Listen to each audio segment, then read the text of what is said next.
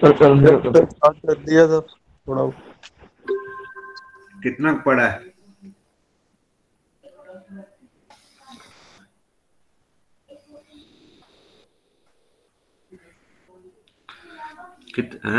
कितना डिस्कस कर लिया था? सर मैक्रो सोशियोलॉजिकल पर्सपेक्टिव पढ़ लिए थे हमने सर, सोशल क्लास को जो डिवाइड किया था सर, शायद 6 पार्ट्स में। अच्छा अच्छा अच्छा अच्छा, ठीक है, यानी ठीक हो गया,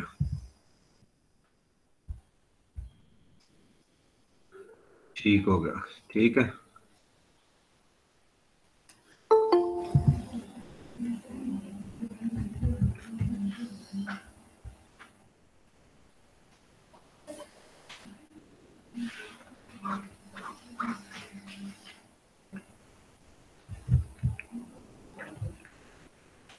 अच्छा जी, नेक्स्ट है जी ये मैं आपको स्क्रीन शेयर करता हूँ, एक मिनट।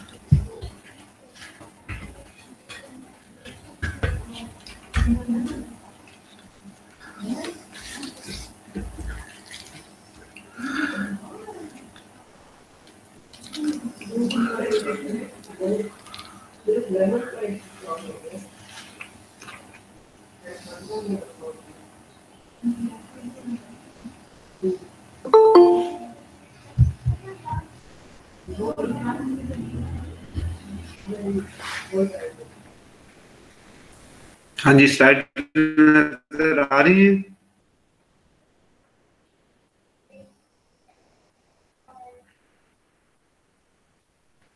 जी अच्छा जी, चलें अब ये हमने लास्ट टाइम डिस्कस किया था कि social class is divided by income, education, prestige, social statuses हैं। और हमने ये भी डिस्कस किया था कि social status could be ascribed as well as achieved, हैं, याद है ना? ascribed कौन सा होता है, बताया कोई बंदा? ascribed कौन सा और achieved कौन सा है? सर, जो हमें एस्क्राइब होता है, जो जैसे हमें इनहेरिटेड मिला हो सर, कोई विरासत में मिली कोई चीज़ उसे। हाँ, विरासत में मिली, वेरी गुड हैं। तो और वो अचीव्ड की कोई एग्जांपल दें?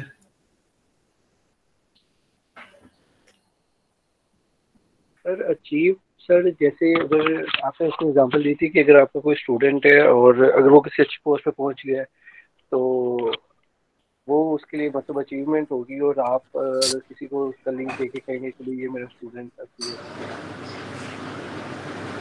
सर आपने वो मरियम की एग्जांपल दी थी।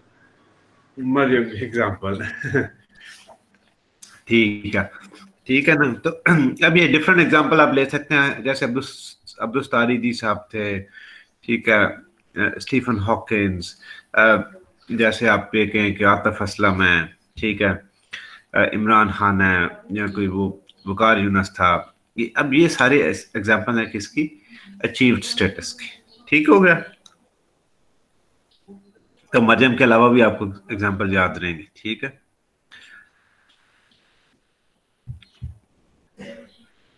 अच्छा जी, then next thing is the macro sociological perspective. ये पढ़ा था, ये किया था डिस्कस के नहीं? नो सर, ये नहीं किया था। अच्छा अच्छा अच्छा। तो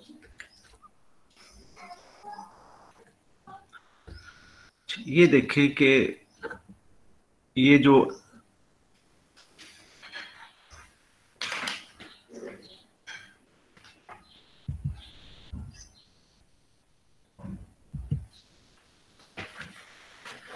अब एक तरफ हम कह रहे हैं माइक्रो पर्सपेक्टिव,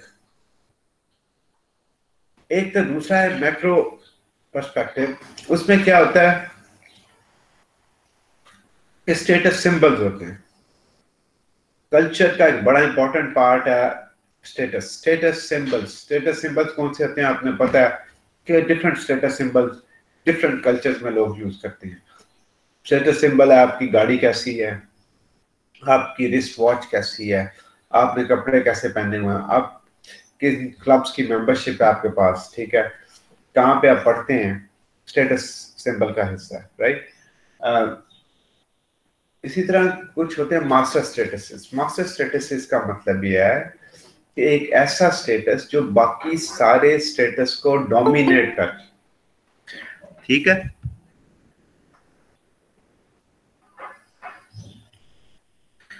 ऐसा स्टेटस जो बाकी मसलन जेंडर की यानी मेल और फीमेल स्टेटस एक ऐसा है कि अब जो फीमेल हैं तो चाहे आप जो भी बाकी अमीर हैं गरीब हैं जॉब करती हैं, तो अब ये डोमिनेंट है बाकी सारी चीजों पे, राइट। हर चीज पे इसका इन्फ्लुएंस होता है स्टेटस का, राइट। इस तो अब मसला ये होता है कि क्योंकि इंसान के डिफरेंट स्टेटसेस होते हैं, किसी जगह पे वो एक स्टेटस उसका एक होता है कि वो यानी एक स्टूडेंट है और शाम को अकेडमी में जाके वो पढ़ाता भी है वो टीचर भी है। अब ये डिफरेंट स्टेटसेस जो हैं कई दफा वो they lead to status inconsistency.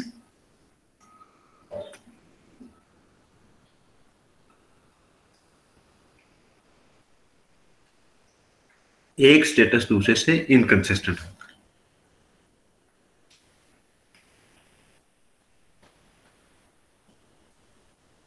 For example एक मैंने अभी आपको एग्जाम्पल दी, फिर इसी तरह एक स्टूडेंट जो है वो स्टूडेंट भी है और बेटा भी है, उसकी घर में भी जिम्मेदारी है, ठीक है। तो कई तरह रोल कॉन्फ्लिक्ट, स्टेटस कॉन्फ्लिक्ट आ जाते हैं। या एक बंदा वो सुबह को वो डीसी साहब हैं, एक एसी है असिस्टेंट कमिश्नर, और शाम को चैरिटी वर्क करता है जिसमें बड़ा डिफरेंट रोल है, डिफरेंट स्टेटस, राइट। तो उससे रोल स्टेटस इनकंसिस्टेंसी आ जाती है।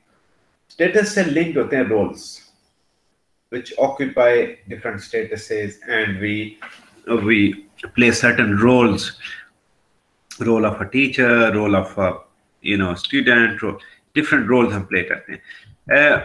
अब हम ये कहते हैं कि इन सारी चीज जब आप मैक्रो सोशोलॉजिकल पर्सपेक्टिव से देखते हैं तो आपको देखना पड़ता है कि मास्टर स्टेटस क्या है किसी भी एनालिसिस के लिए।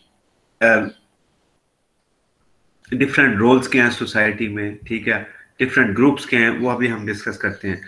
तो इन ये जो ग्रुप्स हैं ये सारे मिलकर ये बनाते हैं social institutions. Social institutions mean major social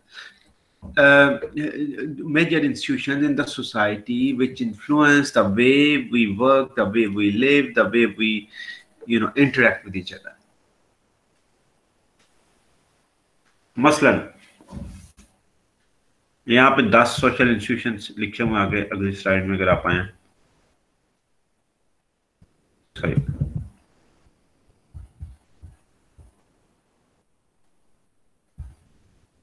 नजर आ रहा है आपको?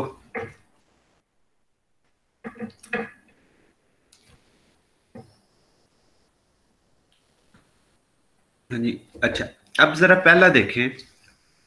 पहला सोशल इंस्टीट्यूशन क्या है? फैमिली। फैमिली आपको पता है बड़ा इंपॉर्टेंट सोशल इंस्टीट्यूशन है।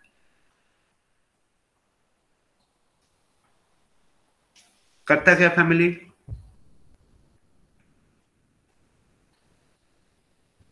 ये हेडिंग आपको नजर आ रहा है?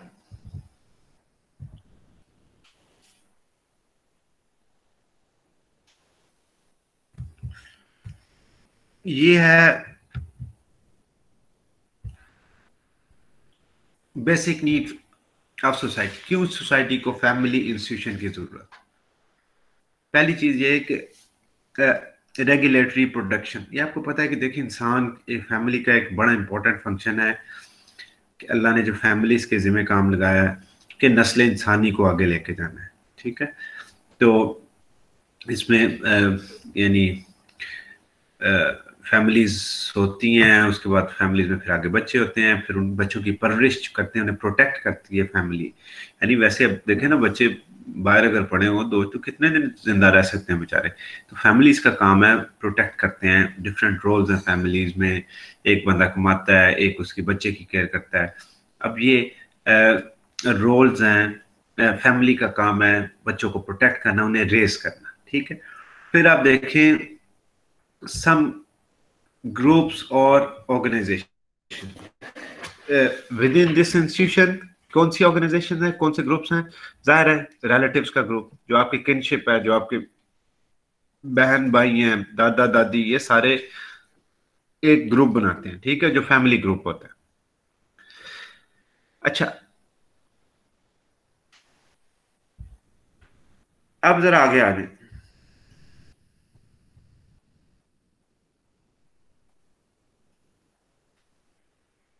सम स्टेटसेस विद इन फैमिली। क्या स्टेटस है?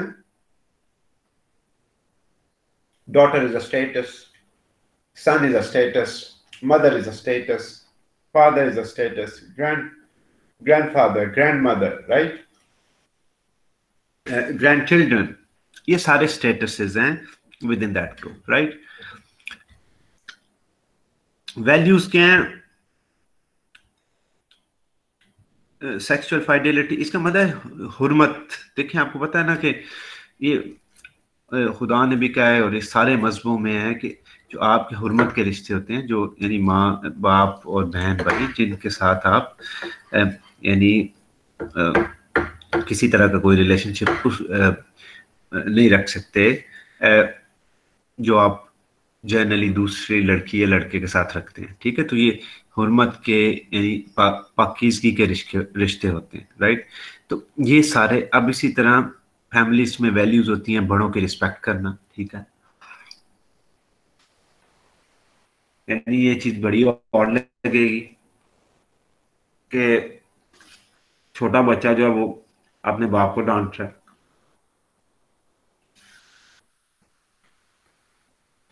या बच्ची माँ को डांट रही है।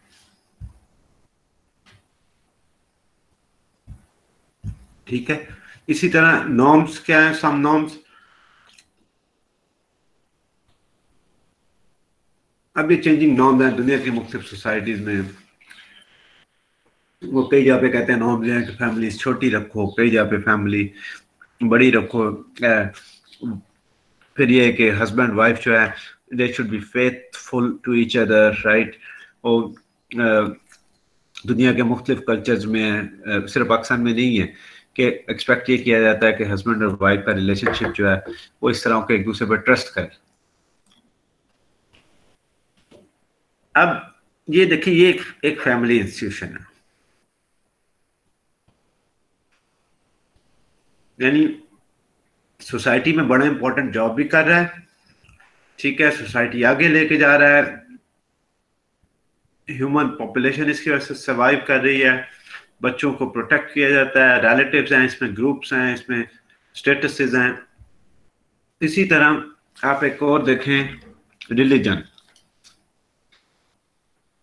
रिलीजन में क्या है?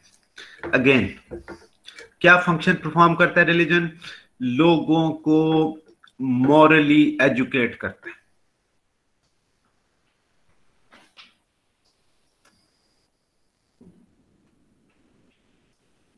लोगों की मॉरल एजुकेशन रिलीजन करता है।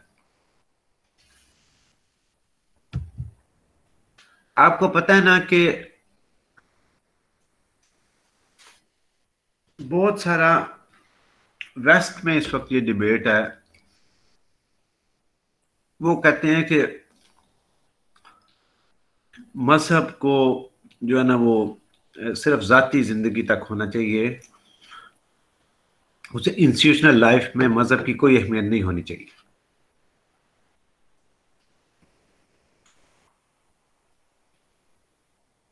इसके बारे में काउंटर आर्ग्यूमेंट ये है जो वहां पे वेस्टर्न इंटेलेक्चुअल प्रेजेंट करते हैं कि मोरालिटी के जो भी स्टैंडर्ड्स हैं,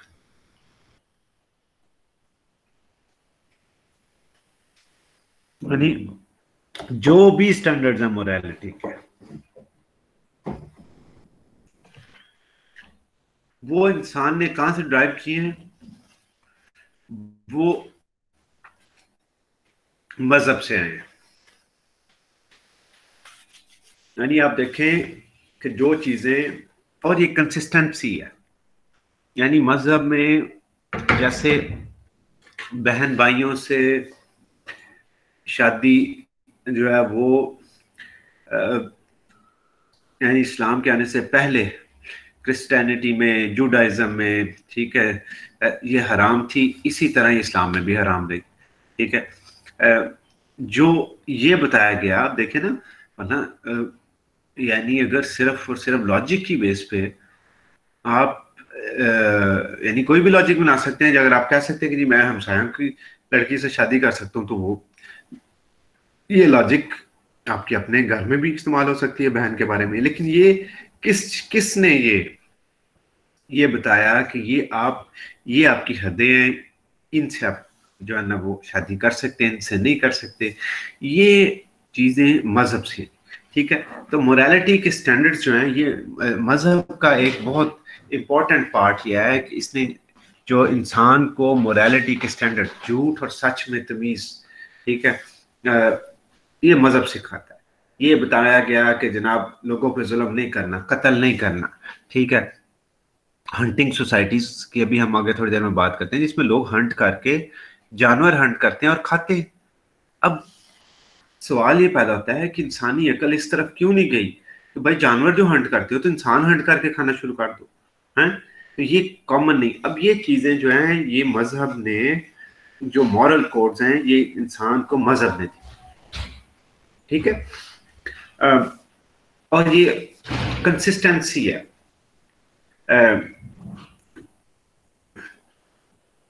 मतलब आपको पता है ना कि ये कुरान ने भी इस बारे में कहा है कि जो खुदा के नज़दीक जो मज़हब इस्लाम है, ये कोई यानी नई चीज़ नहीं है, ये कंसिस्टेंसी है जो पहले इससे पहले जो यानी मॉरल स्टैंडर्ड्स जो पहले से सेट थे, जो पहले अंबिया करते रहे, यानी लोगों को टीचिंग्स करते रहे, उनकी कंसिस्टेंसी। तो आप ये देखिए ह्यूमन हिस्ट्री में आपको ना एक रिलीजियस हिस्ट्री में कंसिस्टेंसी नजर आती है, राइट।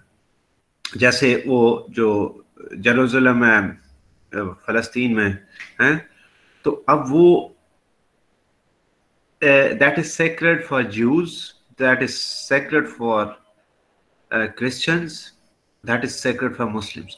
तो वो क्योंकि उन चीज़ों पे मुख्तलिफ लोगों का इत्तेफाक है कि ये सारे के सारे समझते हैं कि कोई यानी वहाँ पे ऐसे इन्फ्लुएंशियल पर्सनैलिटीज, सेक्रेट पर्सनैलिटीज का उनसे कोई ना कोई ताल्लुक है उन जगहों से। तो ये एक तरह से हमको ह्यूमन हिस्ट्री में कंसिस्टेंसी नजर आती है, जो कि मजहब इस वजह से बहुत ज़्यादा दुनिया में जो मजहबी टीचिंग्स हैं वो भी सिमिलर है।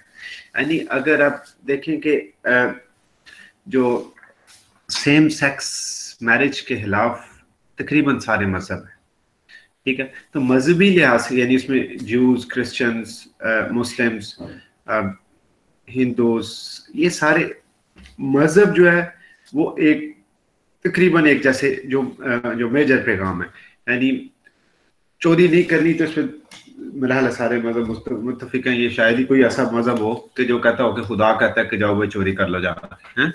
तो ये मॉरल स्टैंडर्ड्स जो है मजहब देता है।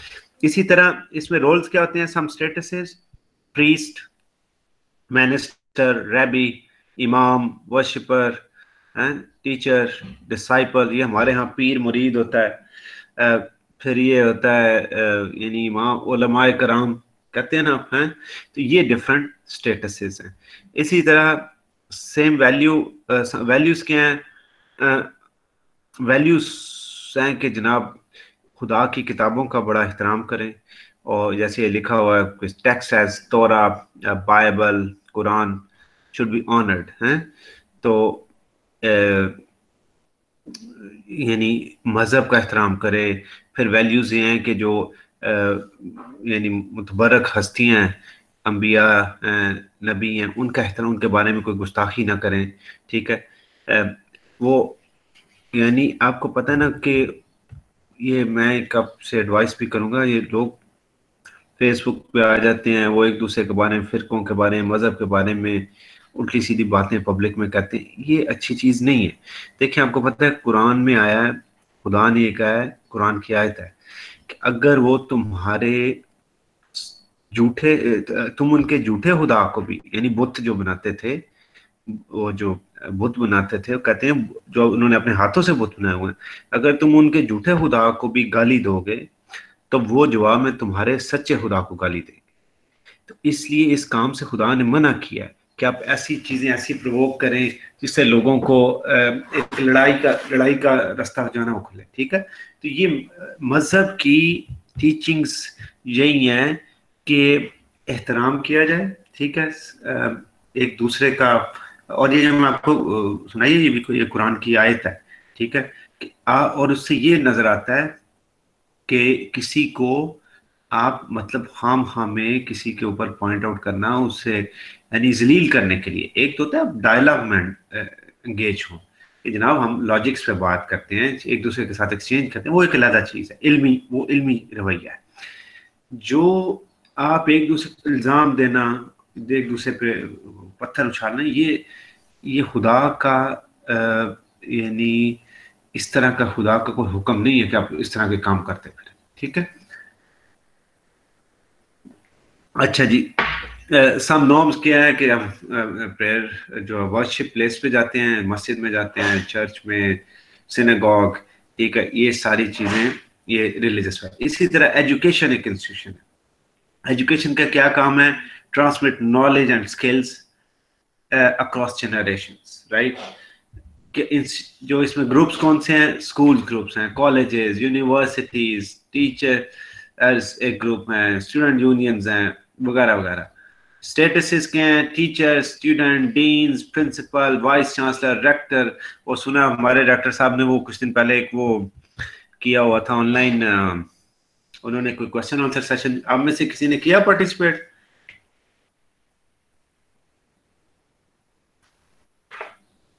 हाँ जी हजूर। No sir. अच्छा, कोई नहीं गया। तो नो सर। खैर वो ये सारे जो है ना वो स्टेटसेस हैं, एजुकेशन से लिंक्ड हैं, एजुकेशन इंस्टीट्यूशन। इसी तरह वैल्यूज क्या हैं? एकेडमिक ऑनेस्टी, गुड ग्रेड, वगैरह वगैरह। नॉर्म्स क्या हैं? आपने अपना काम करना है घर का, लेक्चर प्रिपेयर करना है, ठीक है, क्लास फेलो से कोई लड़ाई झगड़ा नहीं करना, प्लेजरिज्म नहीं करना है। ये सारी चीजें इसकी वैल्यूज में। ठीक है। अच्छा, तो ये अब आ गया। इसी तरह इकोनॉमी एक इंस्टीट्यूशन है। बाकी ये मैं सारे की डिटेल में नहीं जाता, मैंने आपको कुछ समझा दिया है। आखिरी का मैं तस्करा करूंगा जो है मैस मीडिया है, लास्ट वन।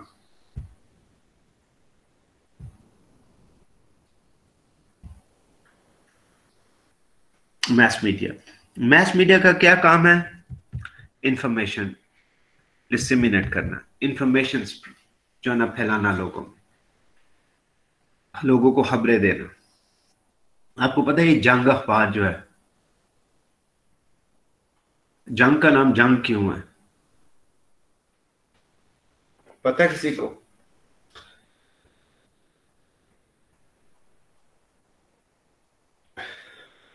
सर जियो और जंग रिलेटेबल थे इस वजह से। जी और जंग हाँ हाँ। रिलेटेबल थे इस वजह से। नहीं, लेकिन इसका नाम जंग जंग क्यों है, ये मैं पूछ रहा हूँ। कोई किसी को पता हो? आदिल को पता है? हैं? आदिल रऊफ, जी सर। यार को बताओ बात, कोई बात करो, कोई खुशबू जैसी बात करो। सर खुशबू जैसी बात तो यही है कि शादी के बाद कैसे जिया जाता है। अच्छा, जी सर। हो गई है शादी? नहीं अभी तो नहीं हुई, मैं आपसे पूछ रहा हूँ। अच्छा, वो अच्छा नहीं, आप अभी ख्वाब वो क्या कहते हैं, बिल्ली को ख्वाब में छेछड़े सर नजर उसकी आते हैं। नहीं शादी होनी, सर इसकी शादी नहीं होनी। नहीं नहीं, अल्लाह खैर करे, इतनी मायूसी अच्छी नहीं है, हैं? मतलब कई इस जैसे कईयों की हो गई है। अच्छा, और कोई बताए बंदा? जंग अखबार के मैं पूछ रहा था, हैं? अच्छा जी, देखिए सर मैं ये किसी किसी जंग के बाद, किसी जंग के बाद शुरू हुई होगी सर, हाँ, 1965 ये या असल में जो 71 के, वर्ल्ड 99 के बाद। देखिए जो जंग अखबार थी ना, ये जो वर्ल्ड वॉर 2 के दौरान ये शुरू, असल में ये उर्दू अखबार शुरू हुआ, और जंग का किस्सा, जो वर्ल्ड वॉर 2 की स्टोरीज होती थी, ये वो प्रेजेंट करता था। ठीक है, अब मैं आपसे अर्ज ये कर रहा हूँ, ये जो मैं पॉइंट आपसे कि जंग यानी मैस मीडिया का काम क्या है कि इवेंट्स के बारे में खबर लोगों को, तो वर्ल्ड वॉर 2 बहुत बड़ा इवेंट था, आपको पता है कि जो सारी दुनिया में जंग हो रही थी, तो ये जंग अखबार जो है ये उसी दौरान निकला, तो इसका नाम ही जंग पड़ गया। ठीक है, अब ये मैं अब देखें कि किस तरह ये इनका मैस मीडिया, अब देखें ना, इनके सारों के नारे भी ये हैं, एक्सप्रेस न्यूज, हर खबर पे नजर है, और वो जीएनएन, वो कहते हैं जी जानता है, हमारा जो जी है ना वो गौरमेंट वाला, वो सब कुछ जानता है, वो इसी तरह ये सारे जो है ना किसी न किसी तरीके से लिंक्ड हैं आपकी खबरों की कलेक्शन और डिसमिनेशन। लेकिन इसके साथ साथ अब जो एक बहुत बड़ा मैस मीडिया एक और क्रिएट हो गया है, वो क्या है जी? आपका इंटरनेट बेस्ड मैस मीडिया। अब ये जो siyaset.pk है, या वो जो ZemTV.pk, और ये जो इस तरह के बड़े बड़े फेसबुक पेजेस हैं जिनके 25-25, 30-30, 40-40 लाख फॉलोअर्स हैं, ठीक है, तो ये एक तरह से मैस मीडिया का ही काम करते हैं। ठीक है, ये बात क्या नहीं, ठीक है ना, मैस मीडिया के तौर पे ऑपरेट करते हैं, और इनका बहुत ज्यादा इन्फ्लुएंस होता है। आप देखें बहुत सारी कैंपेन शुरू होती हैं सोशल मीडिया पे कि फलां बंदे को फांसी दो, फलां को छोड़ दो, फलां को, अब ये सारी सोशल मीडिया पे शुरू होती हैं, और इतनी स्ट्रॉन्ग कैंपेन बन जाती है कि गवर्नमेंट्स को सुनना पड़ता है। ठीक है ना ये बात? हाँ? अच्छा जी, सो अरमगान आवाज आ रही है?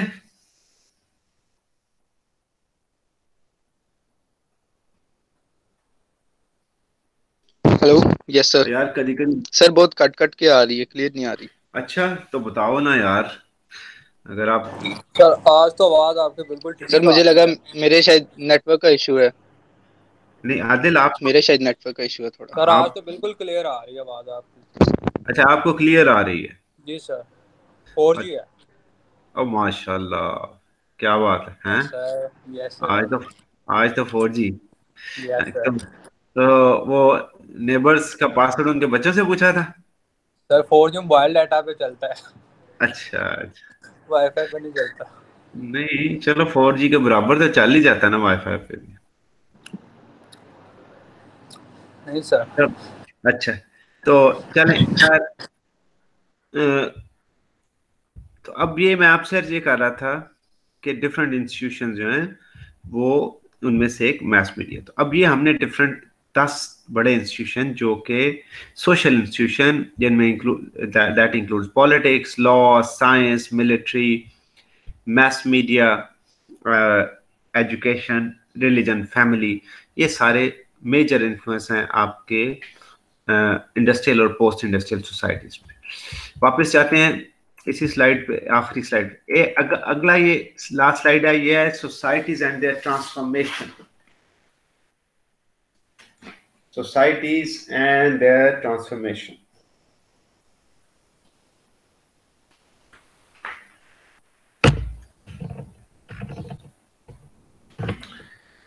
अच्छा, अब ये देखें हुजूर के इंसान क्या था शुरू में। लोग पहला फेस था ना इंसान का, सोसाइटी का, हंटिंग एंड गैदरिंग सोसाइटीज। ये मैं आपको ये फिगर दिखा दूं। ये फिगर नजर आ रही है आपको?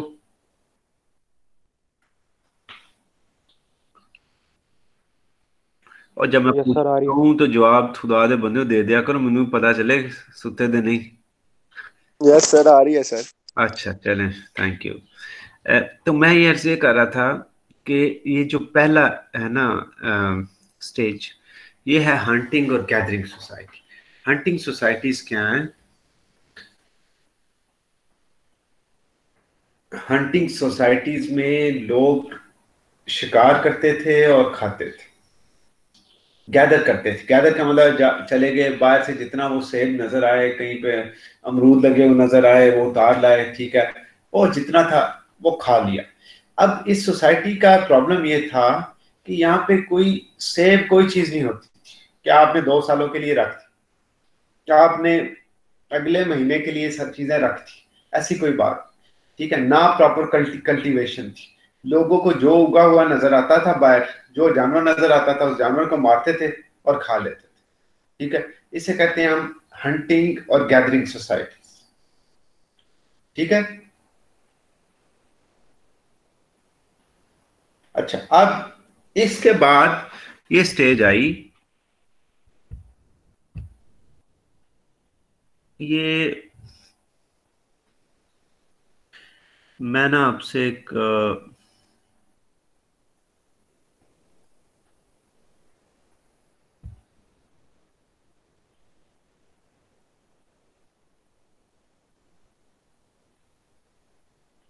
ये छोटी सी मैंने आपसे ना एक वीडियो शेयर करता हूँ। ये एक हार्वर्ड यूनिवर्सिटी की रिसर्चर है, वो गई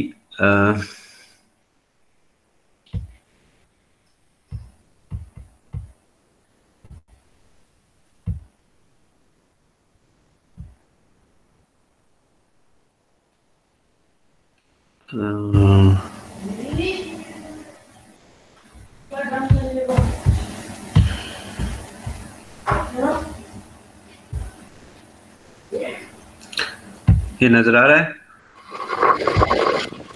नजर आ रहा है? Yes sir, yes sir. आवाज भी आ रही है?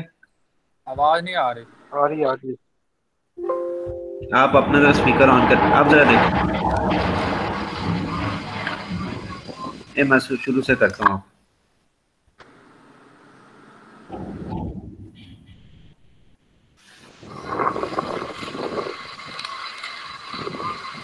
ये देखा, ये जानवर उठा के ला रहे हैं। I spent the summer of 2010 traveling around remote regions of Lake Eyasi in northern Tanzania with the Hadza, who are one of the last remaining hunter-gatherer populations on the planet. And my goal was to explore the origins of human social networks and the evolution of cooperation. The hunter-gatherer lifestyle predates agriculture, villages, and even domesticated animals. Isolated from modern cultural influences, the Hadza essentially live as our ancestors did tens of thousands of years ago, roaming rugged terrain and forming temporary camps along the way. Their lives offer us a window into our past and clues about the evolution of cooperation. For the Hadza, cooperation is the key to survival. These welcoming, resilient people share almost everything: food, labor, childcare. Which raises the question, are there some people who are just looking for a free ride in the community? The free riders would be expected to garner more resources than altruists. Eventually, their behavior would unravel the social fabric. Do the Hadza have a mechanism to keep this from occurring? Social network expert Nicholas Christakis here at Harvard Medical School and James Fowler from the University of California in San Diego helped me design a study to answer these and other questions. Specifically, we designed exercises to measure social ties and cooperation. Over the course of several months, I visited 17 different Hadza camps. which was no easy feat. The terrain was a challenge, and it was often difficult to find the camps because the Hadza are nomadic. They move every 4 to 6 weeks. The Hadza don't own things, so they don't have to stay in one place. And camp membership is also fluid. If an individual is unhappy with a particular group, he or she can move to a different one. I was greeted warmly at each camp, where I found many adults, 205 in all, eager to take part in our study. I showed each participant photos of 517 adult Hadza that were collected during past research with the community. I asked, who would you like to live with after this camp ends? We also use games with honey, a favorite food of the Hadza, to shed light on ties in the community. For example, one game allowed us to measure the tendency of particular individuals to cooperate. Each participant decided how to distribute 4 sticks of honey after listening to the rules. When we mapped individual traits with social ties, the results were astounding. Cooperators cluster together. They become friends with other cooperators, which keeps self-interested individuals from dragging them down. And what's more, the architecture of the Hadza social network matches that of modern social networks. These findings provide crucial insight into the evolution of cooperation and altruism in humans, and suggest that social networks have been a fundamental part of human life since ancient times.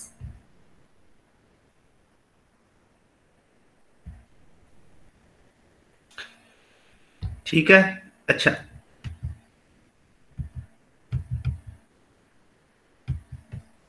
अब ये आप देखें जरा,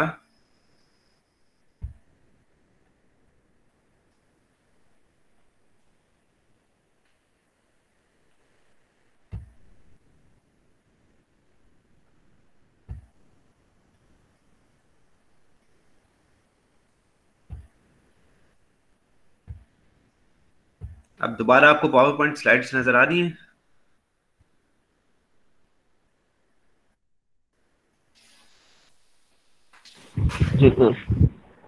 अच्छा, अब ये क्या आपने वीडियो में सुना है, वो हार्वर्ड बिजनेस स्कूल की कुछ रिसर्चर्स गए हैं जो कि एक one of the remaining hunting societies, एक आपको पता है कुछ अभी भी अमेज़न के जंगलात में कई जगहों पे एक ऐसी सोसाइटीज हैं जो बिल्कुल अपने पुराने कल्चर पे रहते हैं, वो चीज़ें गैदर करते हैं उसी तरह जो अर्लीस्ट ह्यूमन बींग्स जैसे रहते थे उनके करीब करीब रहते हैं, राइट। तो अब ये आपने वहाँ पे सुना कि कोऑपरेशन बड़ा इंपॉर्टेंट है, उनमें आपस में नेटवर्क्स डेवलप करते हैं, जो लोग काम नहीं करते आहिस्ता आहिस्ता वो नेटवर्क से निकल जाते हैं। फिर आप वो बता रहा है कि हनी जो है वो बड़ा इंपॉर्टेंट है। अब ये सारी चीज़ें, हनी गैदर करना ये गैदरिंग सोसाइटी, ठीक है, फल कलेक्ट करना गैदरिंग सोसाइटी का एक फीचर था, जानवर आपको ने देखा वो मार के ला रहे थे, उसे खा पका रहे थे, ये हंटिंग सोसाइटी, तो इसको हम कहते थे हंटिंग सोसाइटी। ठीक है जी, बात समझ आ गई?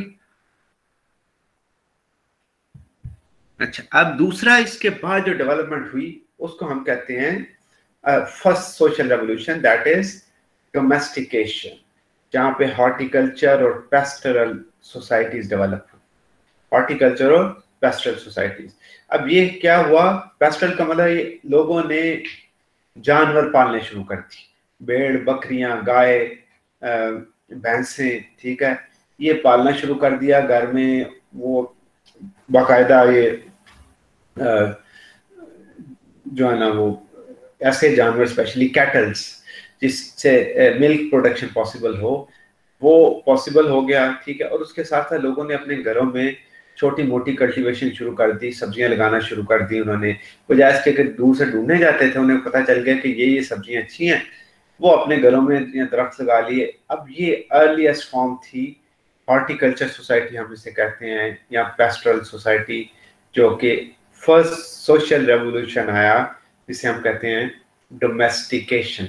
डोमेस्टिकेशन का मतलब डोमेस्टिक लेवल पे, यानी लोगों ने घरों में अपनी ये चीजें कल्टीवेट करना शुरू कर दी या रखनी शुरू कर दी। ठीक हो गया जी। दूसरा फिर आया सोशल रेवोल्यूशन जिसे हम कहते हैं एग्रीकल्चर।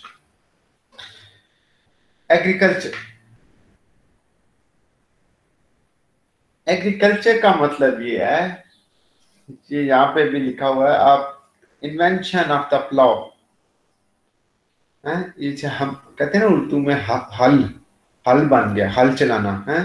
या आप जो ट्रैक्टर से जैसे चलाते हैं उससे पहले जानवरों के साथ, आपको पता है ना, वो आगे वो गाय या बैल के साथ वो हल लगा देते थे और वो आगे आगे चलते थे और उससे वो जो है ना जमीन जो है वो आप प्रिपेयर करते थे, ठीक है ना। बहुत सारे लोग आपने शायद किसी जगह पे देखा भी हो, जिन पुराने आज से 15-20 साल पहले जो कुछ देहातों में ये उस वक्त तक यूज होता, अब ज्यादातर ट्रैक्टर्स यूज होते हैं, ठीक है। अच्छा, अब ये जो है ना, कोई इसके बारे में पता है ना ये क्या होता है? ये जो है प्लाउ,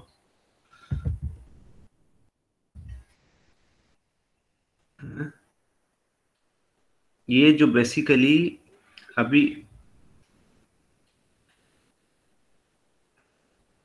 हम ये करते हैं ना,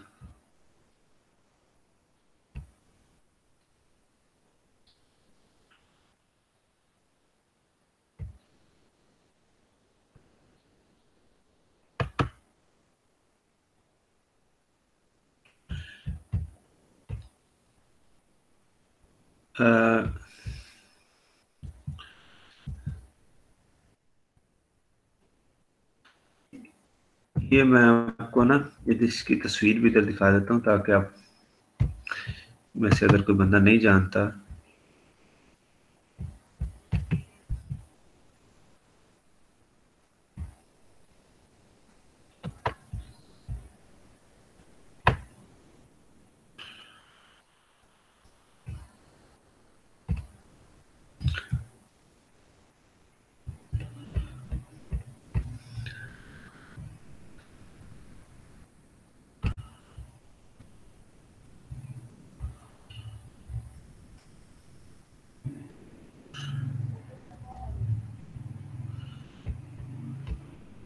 है ये इस तरह का ना, ये जानवर आगे होता था, उसके पीछे उन्होंने ऐसे टूल्स लगा दिए जिससे जमीन प्रिपेयर की जा सकती थी। अब ये हो गया, एक नया रेवोल्यूशन शुरू हो गया। उसकी वजह रेवोल्यूशन इसलिए कि अब जो काम थोड़ा सा मतलब टूल्स लेके बंदा जो जमीन उसने प्रिपेयर करनी होती थी कल्टीवेशन के लिए, वो कितनी की कर लेगा अपने घर के इर्द गिर्द। जब उन्होंने जानवरों की एनर्जी का यूज करना शुरू कर दिया, उनके पीछे वो हल लगा दिया है, प्लाव लगा दिया, तो अब अल्टीमेटली वो बड़े रिलेटिवली बड़े the large chunk of land could be prepared, that means more production, right.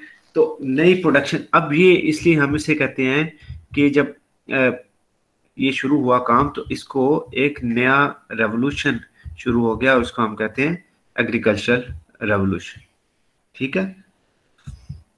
फिर तीसरा आया जिसे हम कहते हैं सोशल रेवोल्यूशन, तीसरा सोशल रेवोल्यूशन जिसे हम कहते हैं इंडस्ट्रियल रेवोल्यूशन। इंडस्ट्रियल रेवोल्यूशन के बारे में आपसे डिस्कशन हुई है या नहीं?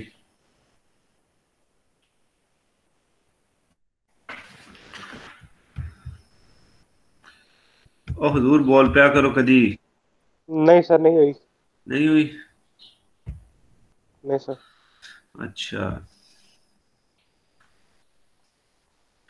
अली हमजा भट्टी साहब। Yes sir. यार खुदा दे बंदे फोन ते चुक लिया कर। सर वो नेटवर्क प्रॉब्लम आ रही थी, इस वजह से नहीं उठाया। नेटवर्क प्रॉब्लम तो इंटरनेट की होती है, तेरे दूसरे फोन दे मैं यारी कीता फोन। सर उसी का कह रहा हूँ, वो सिग्नल प्रॉब्लम आती है ना यहाँ, सुभान, पता नहीं चला। अच्छा, यानी इधर से बेल पूरी जा रही थी लेकिन आपके घर जाके छुप गई है कहीं? नहीं सर, वो दूसरे फोन में सिम है ना, नहीं पता चला। अच्छा, वो मैं अच्छा इसलिए कह रहा हूँ कि अगर तो यानी कई दफा होता है कि एक बंदे से राब्ता करना मुश्किल हो जाता है, तो या तो कोई आपका सोशियोलॉजी का एक ग्रुप बना लें, व्हाट्सएप ग्रुप, उसमें मुझे भी शामिल कर लें। सर बना हुआ ग्रुप पहले, काफी देर पहले का बना हुआ, आप भी ऐड हैं उसमें। मैं भी हूँ? जी सर। अच्छा अच्छा अच्छा, चलो वो फिर मैं एक्सप्लोर करता हूँ आज ना, ठीक है। अच्छा अच्छा, ठीक हो गया। तो ये मैं आपसे ये कह रहा था इंडस्ट्रियल रेवोल्यूशन है। वैसे सुना हुआ कहीं अली, कभी सुना है इंडस्ट्रियल रेवोल्यूशन का नाम कहीं?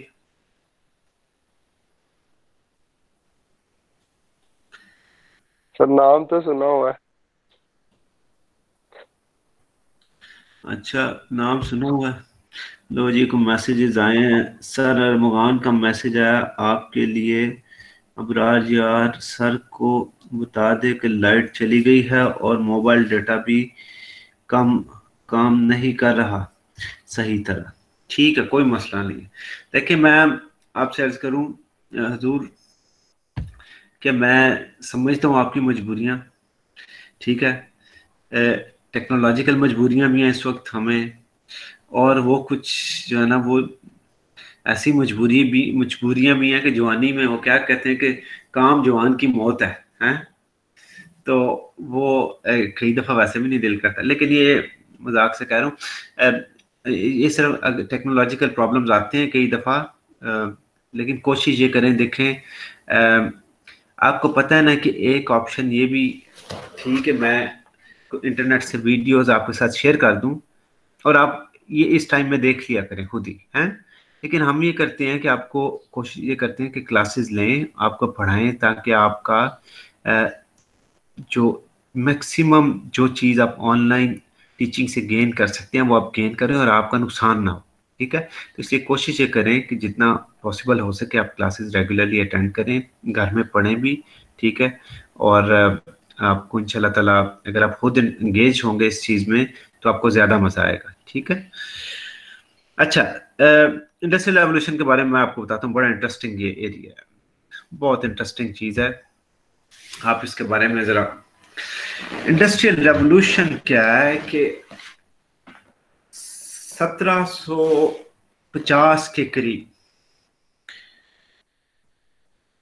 प्रोडक्शन बढ़नी शुरू हो गई। उसकी वजह थी टूल्स बनने शुरू हो गए।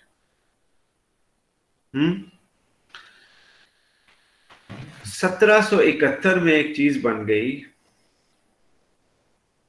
जिसको कहते थे स्टीम इंजन, जो आपकी स्लाइड में भी लिखा हुआ है, स्टीम इंजन।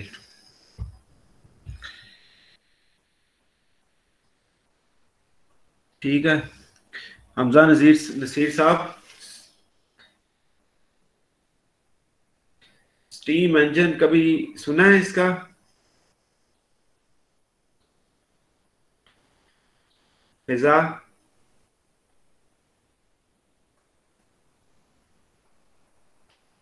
फिजा है? जी सर, स्टीम इंजन का सुना है मैंने। अच्छा, तो बताओ यार कि क्या है ये? तो जैसे पहले गाड़ियां होती थी, ये स्टीम इंजन से चलती होती थी। पाकिस्तान के जिसकी जिसकी तारीख तकरीबन पाकिस्तान बनने से पहले की है, अंग्रेजों के ज़माने की जो गाड़ियां होती थी वो स्टीम इंजन से चलती होती थी। ट्रेनें भी जो होती थी वो भी स्टीम के ही उससे प्रोसीजर से चलती होती थी। कमाल हो पानी गया, डाल के तो व्हाट्सएप छा गए हो तो सीधे आज, हैं? माशाल्लाह। चलो, तो ये आपने देखा होगा जो पुराने रेल के इंजन थे ना, वो स्टीम इंजन, भाप के इंजन उन्हें कहते थे, तो स्टीम इंजन से चलते थे। तो स्टीम इंजन बेसिकली 1771 में जो बहुत बड़ी एक डेवलपमेंट हुई, 1771 में, 1771 में, यस, वो ये था कि जेम्स वॉट एक बंदा था, उसने स्टीम इंजन बना लिया, ठीक है, स्टीम इंजन बना लिया। अब वो जो स्टीम इंजन था ना, उसमें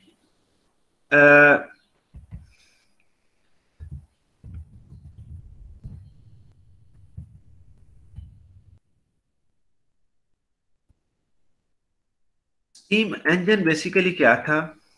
स्टीम इंजन से ये पॉसिबल हो गया कि स्टीम की मदद से पहिया चलाया जा सके, हैं? यानी इन अदर वर्ड्स इलेक्ट्रिसिटी या एनर्जी प्रोड्यूस की जा सके। अब आपने देखा होगा जो टेक्सटाइल में थी ना मशीनरी, वो थी क्या? खड्डी थी बेसिकली ना। इसमें ये मैं आपको ना एक दिखाता हूँ, एक वीडियो इस पे दिखाता हूँ।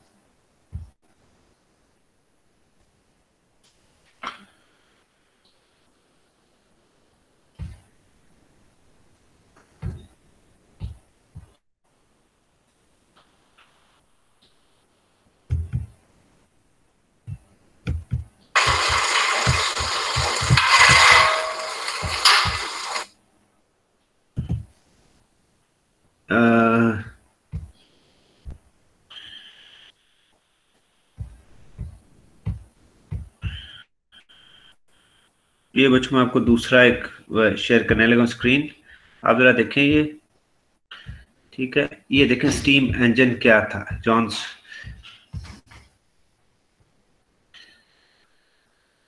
नजर आ रही है आपको स्क्रीन ये? Yes sir. अच्छा अब ये देखें जरा, ये स्टीम इंजन, कोयला जल रहा है,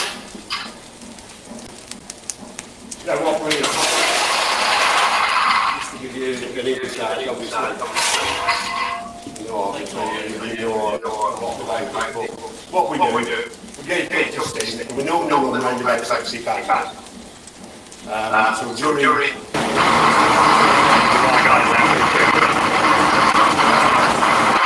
अब ये देखिए ये पहिया, स्टीम की वजह से ये पहिया चलना शुरू हो जाता है, व्हील मूव करना शुरू हो जाता है। उसके साथ ये जो आपको नजर आ रहा शाफ्ट थी, अब पहिया चलना तो आसान था, लेकिन टेक्सटाइल में मूवमेंट जो होती है वो होती है टू एंड फ्रो मूवमेंट।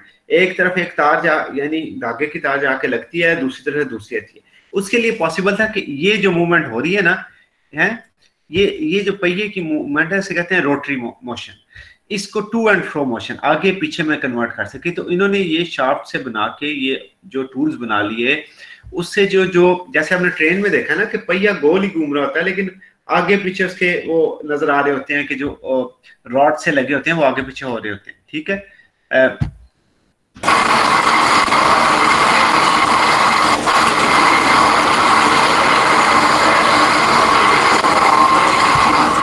ये देखें ना, इस पहिए की मदद से ये न लगा के ये आगे पीछे इस रॉड हो रहा है इससे। अब ये मशीन चल रही है,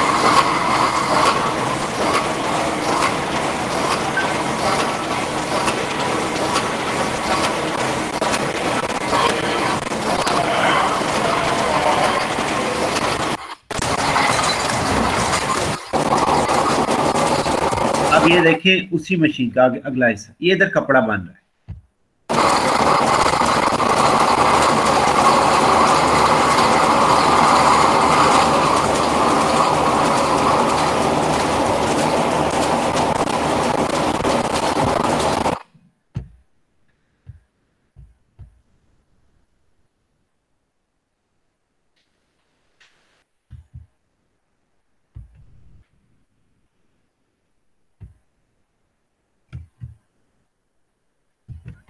अच्छा जी, ये समझ आ गई बात की?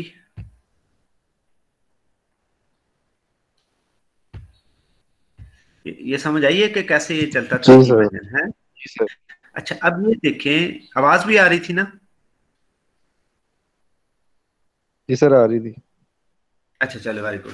अच्छा ये मैं आपसे ये कह रहा था कि बेसिकली इंडस्ट्रियल रेवोल्यूशन में क्या हुआ कि स्टीम इंजन बन गया। स्टीम इंजन से पहले यानी इंडस्ट्रियल रेवोल्यूशन से पहले काम किधर होता था?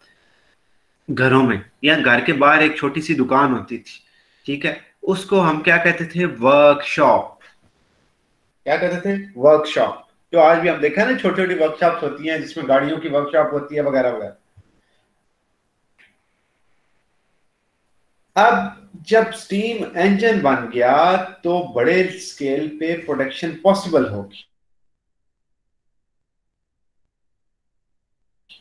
ये पॉसिबल हो गया कि बहुत सारी मशीन्स एक ही जगह पे रख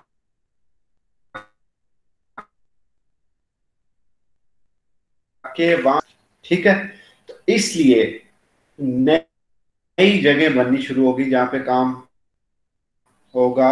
वो क्या थी जगह? उसका नाम रखा गया फैक्ट्री, ठीक है। ये बातें हमें याद रखनी है कि फैक्ट्री प्रोडक्शन शुरू होगी इंडस्ट्रियल रेवोल्यूशन में।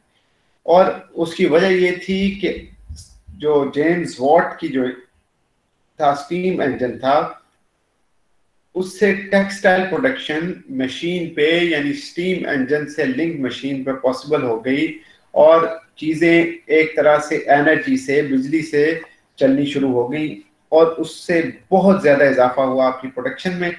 और अल्टीमेटली उसके लिए हमें बड़े सेटअप्स चाहिए थे, फैक्ट्रीज बनना शुरू हो गई, एक पूरा का पूरा इंडस्ट्रियल, एक पूरा नया दौर शुरू हो गया जिसे हम कहते हैं इंडस्ट्रियल रेवोल्यूशन।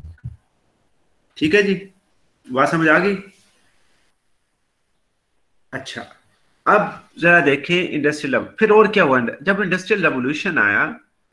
तो इंडस्ट्रियल रेवोल्यूशन सिर्फ ये नहीं था कि प्रोडक्शन ज्यादा शुरू हो, देखें हर चीज बदल गई। हम ये क्यों कहते हैं कि सोशियोलॉजिकल रेवोल्यूशन है कि भाई पहले लोग घरों में काम करते थे, जिस वक्त दिल किया घर में सो लिए, साथ में वर्कशॉप है आपकी, जब मर्जी घर से जो ना आवाज दी वो किसी को कि मेरे लिए खाना दे जो, चाय दे जो। जब वहां से लोगों ने फैक्ट्रीज में आना शुरू किया तो फैक्ट्रीज में डिसिप्लिन था, आपको 8 घंटे 9 घंटे 10 घंटे काम करना था। वहां जब आपको वहां पे काम करना था और लोगों की आदतें नहीं थे काम करने की, लोग अपने घरों में काम करने की आदी थी इस तरह। और शुरू में जब इंडस्ट्रियल रेवोल्यूशन शुरू हुआ, आपको पता है ब्रिटिश एम्पायर बहुत सारे मुल्कों में ब्रिटिश रूल किया करते थे, उन्होंने एक्सपोर्ट करना शुरू किया अपना माल, इसलिए प्रोडक्शन की डिमांड बहुत ज्यादा थी। जब प्रोडक्शन की डिमांड बहुत ज्यादा थी इसलिए वर्कर्स को बेशुमार काम करना पड़ा। उस वक्त 12-12 घंटे 14-14 घंटे काम होता था। इवन जो चिल्ड्रन थे, जो बच्चे थे, वो उस दौर में यानी 1820-1830 के करीब कुछ जो हमें डॉक्यूमेंट्स मिलते हैं वो ये बताते हैं कि 5-5 साल के बच्चे, 6-6 साल के बच्चे 12-12 घंटे काम करते। तो बड़ा टफ वर्किंग कंडीशंस थी। ठीक है, एक तरफ इंसेंटिव था कि आप पैसे मिलेंगे आपको, आप ज्यादा काम करेंगे, ठीक है, और दूसरी तरफ ये कि वर्कर्स की आदतें नहीं थी काम करने वाली, या उस तरह डिसिप्लिन वे में काम करने वाली। काम तो करते थे अपने घरों में या ज्यादातर एग्रीकल्चर में इन्वॉल्व थे। अब जब फैक्ट्री सिस्टम शुरू हुआ जिसमें मैस प्रोडक्शन थी, इससे बहुत ज्यादा लोगों की जिंदगी में चेंज आनी शुरू हो गई। और लोगों की जिंदगी में जो चेंज आई है वो सिर्फ और सिर्फ काम से रिलेटेड नहीं थी, ओवरऑल आपकी जिंदगी बदल गई। आपके सोने के जागने के वक्त, आपने किस वक्त जो है ना फैक्ट्री जाना है, बच्चों को कितना टाइम देना, ये सारी चीजें चेंज होती गई। इसलिए हम इसे कहते हैं कि एक बड़ा सोशल रेवोल्यूशन आया जब आपका इंडस्ट्रियल रेवोल्यूशन आया। ठीक है, ये बात समझ गए? कोई इसमें क्वेश्चंस हो तो किसी तरह का कोई सवाल हो तो बताएं।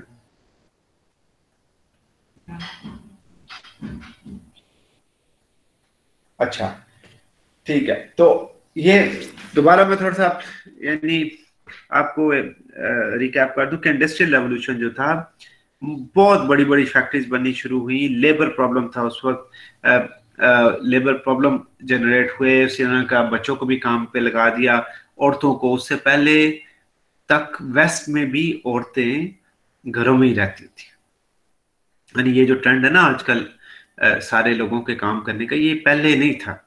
जब इंडस्ट्रियल रेवोल्यूशन आया है तो उस वक्त लेबर की बहुत शॉर्टेज होगी, तो उस वक्त बहुत सारी फिर फिलोसॉफिकल मूवमेंट्स भी उसी वक्त शुरू हुई, मतलब फेमिनिज्म। यानी उसमें कई लोगों का एतराज यह है, कई लोगों का एतराज वो कहते हैं कि जी फेमिनिज्म जो थी, ये सारी मूवमेंट, ये बेसिकली उस वक्त इंडस्ट्रियलिस्ट को औरतों की जरूरत थी काम करने के लिए, इसलिए उन्होंने फेमिनिज्म का नारा लगाया कि औरतों को कहा कि आप तो घरों में बैठ के जो है ना तंग हो रही हैं और गुलाम है, इसलिए आपको बाहर निकलना चाहिए और काम करना चाहिए। एक पॉइंट ऑफ व्यू ये है कि जो फेमिनिज्म है that is basically triggered by the capitalist, और उन्होंने इसलिए किया कि उनको फैक्ट्रीज में बंदों की जरूरत थी, उनके पास बंदे कम थे, और यानी बंदे वैसे भी थोड़े थे। उसके बाद फिर उन्होंने उस वक्त औरतों को अट्रैक्ट करने के लिए उन्हें बताया कि जी आपको बड़ी सख्त जरूरत है काम की। तो ये एक व्यू ये है। एक व्यू ये है कि नहीं, फेमिनिज्म जो एक मूवमेंट थी, बेसिकली औरतें बहुत अच्छे से दबी हुई थी और उन्होंने ये सोचा कि ये मर्दों के जो सप्रेशन से निकलने का ये तरीका खुद काम करें, ठीक है, और अपने पैसे कमाएं और फिर अपनी मर्जी से जो है ना अपनी जिंदगी जिए। तो ये दो पॉइंट ऑफ व्यू।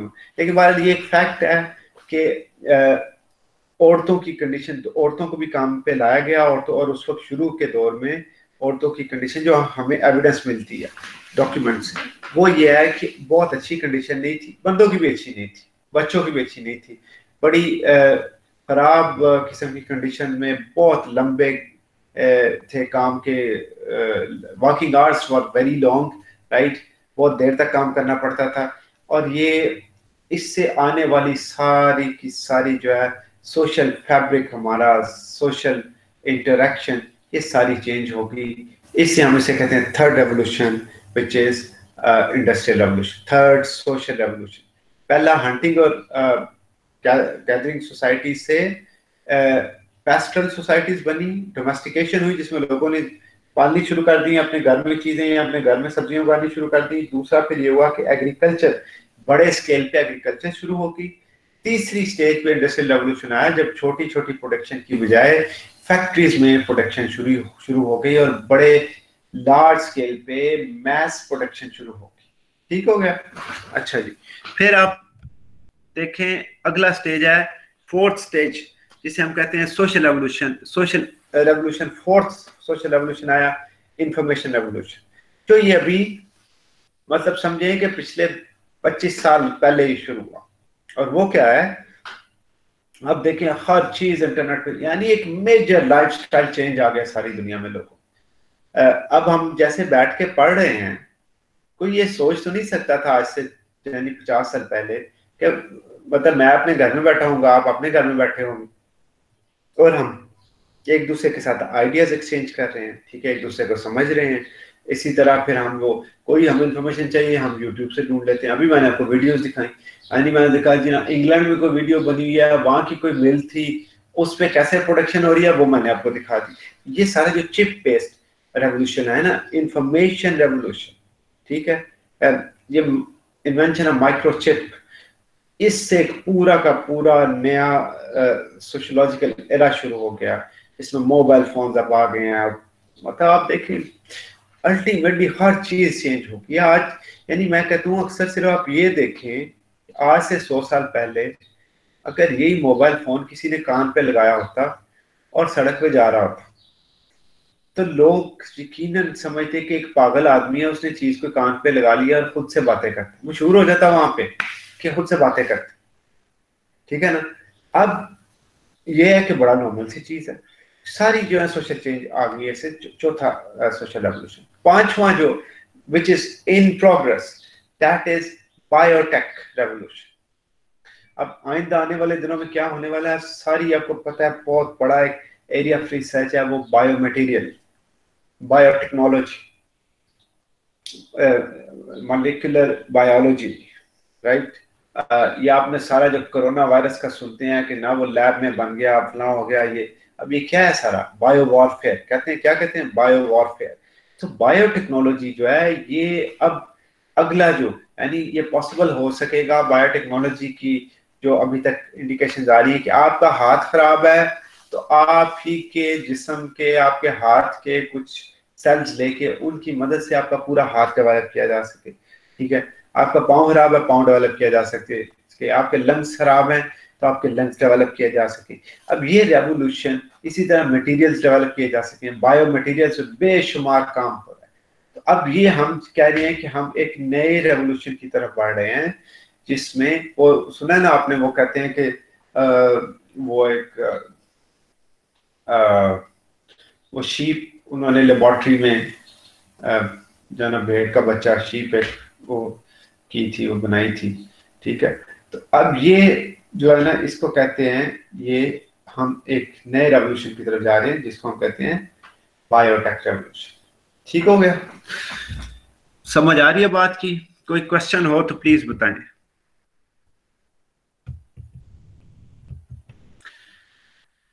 जी हजूर वाला, एनी क्वेश्चन?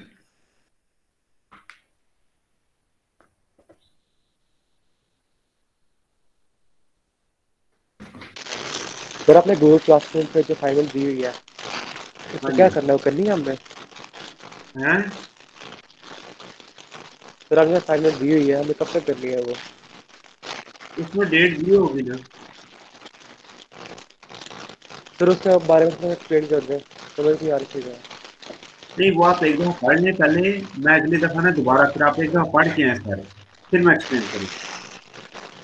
Okay sir. कोई क्वेश्चन हो तो पूछ लें, ठीक है ना, पहले पढ़ें। ठीक है अहमद? ठीक है, तो ओके सर। इंशाल्लाह ताला नेक्स्ट टाइम मुलाकात हो। अब आपसे रमजान में शायद हो मुलाकात। कल एक आपकी क्लास है? तो पता नहीं, अभी एक देखने मिनट का। मैं बताता हूँ आपको बात करते हैं। यस सर, है कल क्लास। तो यस सर, कल क्लास है। अच्छा जी, ठीक हो गया। और क्लास है जी आपकी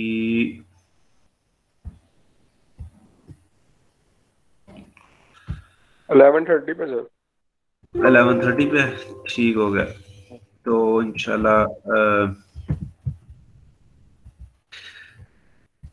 कल फिर करते हैं, मिलते हैं फिर, ठीक है। और अभी आज आपकी थी अभी 1 o'clock थी। अच्छा नहीं, वो दूसरे सेकंड, ठीक है। चले, तो कल फिर इंशाल्लाह मुलाकात होती है आपसे, ठीक है। और बाकी आपको कोई प्रॉब्लम तो नहीं आ रहा, समझ आ रही है चीज़ों की?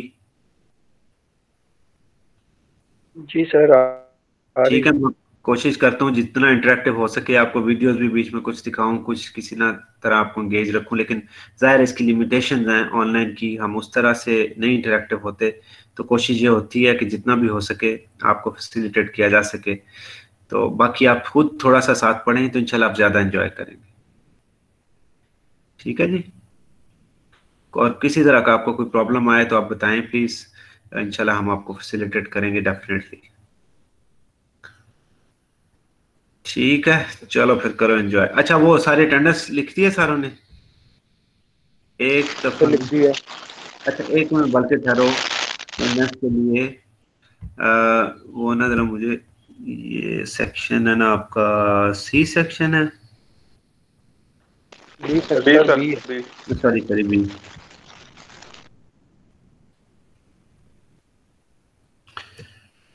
अच्छा जरा बोल भी दो ये बी सेक्शन। यार ये मुआज खान साहब तशरीफ लाए हैं? एक दफा नजर आया था बीच में क्लास के। मुआज मुआज खान। सर आया था, आज लीव कर गया। आया था आज वो मैं कुछ पिछली क्लास में। नहीं, 2 मिनट, पिछली क्लास में 2 मिनट के लिए आया था। तो अब ये इसको बताएं, इसकी अटेंडेंस बहुत थोड़ी है, ये ड्रॉप हो जाएगा? सर अटेंडेंस लगा के चला गया सर आज। नहीं, अटेंडेंस लगा के इस तरह तो ये तरीका नहीं है ना। वो तो मैं मतलब आपको पूरी क्लास। शायान है? Yes sir, Shayan, present. Fiza, present sir. Fiza, Fiza थी हाँ। रिजवा, रिजवा है? अच्छा जी, रिजवा में है, नहीं आई, रिजवा नहीं है, हैं?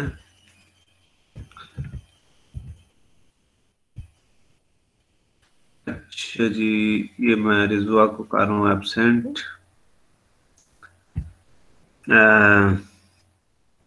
अहमद यार, प्रेजेंट सर। उजैर है, अच्छा। Hamza Nadeem yes Khan, sir. सैयद मतीन अली, जी सर, हूँ बैठा। हमजा नसीर, हमजा था मैं, लाइबा, सर लाइबा है, लाइबा भी थी। जी सर। सैयद तौसीफ आलम साबरी, इसे नहीं देखा आज। सैयद तौसीफ है, हैं? तौसीफ नहीं है? नो सर, नहीं है आज नहीं। नहीं, ये नहीं, किसी को आज देखा नहीं है इसे। अच्छा जी, तौसीफ नहीं है। और राना इब्तिसामुल हक, ये एक दफा नजर आया था। इब्तिसामुल हक है? सर ये आया बता। हैं, आया हुआ है? जी सर आया, अभी चला गया। अच्छा, ये भी जरा इसे वार्न कर दीजिएगा कि जाना नहीं है आइंदा। ये जो लोग हैं ना, तो राना इब्तिसामुल हक साहब, और वो ऊपर जो, अच्छा मोहम्मद अहमद, अहमद है हाँ। Mariam Rizwan, yes sir. मरियम है सर उसका कोई नेटवर्क इशू था सर, उसने मैसेज भी किया, वो आई थी लेकिन उसका नेट नहीं चल रहा सर शायद। अच्छा चलें कोई चलें, जिनका जेन्युइन प्रॉब्लम है मैं आपको करूंगा कोऑपरेट, लेकिन ये मतलब आदत ना इससे कोई भी बनाए। आदिल था ठीक है, अबरार था, वो आई थी, उसने मैसेज भी किया है सर। ठीक है, नहीं वो आती है रेगुलर नॉर्मली जो है ना होती है, तो मैं लेकिन ना असल में एक बंदा रेगुलर आए ना तो कभी मजबूरी भी हो जाती है तो बंदा समझता है, लेकिन एक बंदा कभी भी ना आए तो वो हर दफा के मुझे मजबूरी है तो वो जरा फिर डाउटफुल लगती है चीज। अच्छा रिमशा हामिद है, रिमशा अच्छा जी, मोहम्मद अहमद 084 यस सर। अच्छा एहतशामुल हसन 087 एहतशामुल हसन प्रेजेंट सर। अच्छा जी, मरियम रियाज ये थी मेरा ख्याल है, ये आई थी। कंदील जहरा, कंदील है सर। अच्छा, उमैर प्रेजेंट। अच्छा रमजान भी था। इकरा, इकरा शौकत ये भी प्रेजेंट सर। हाँ।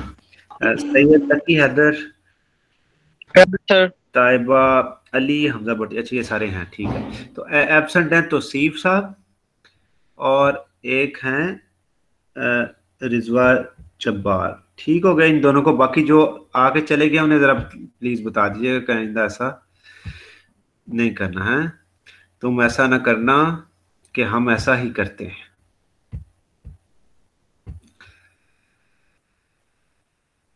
लो जनाब, सॉरी होगी आपकी अटेंडेंस, ठीक है। तो इंशाल्लाह ताला फिर कल मुलाकात होगी, एंजॉय करें, खुश रहें, ठीक है। अल्लाह हाफिज। अल्लाह हाफिज सर।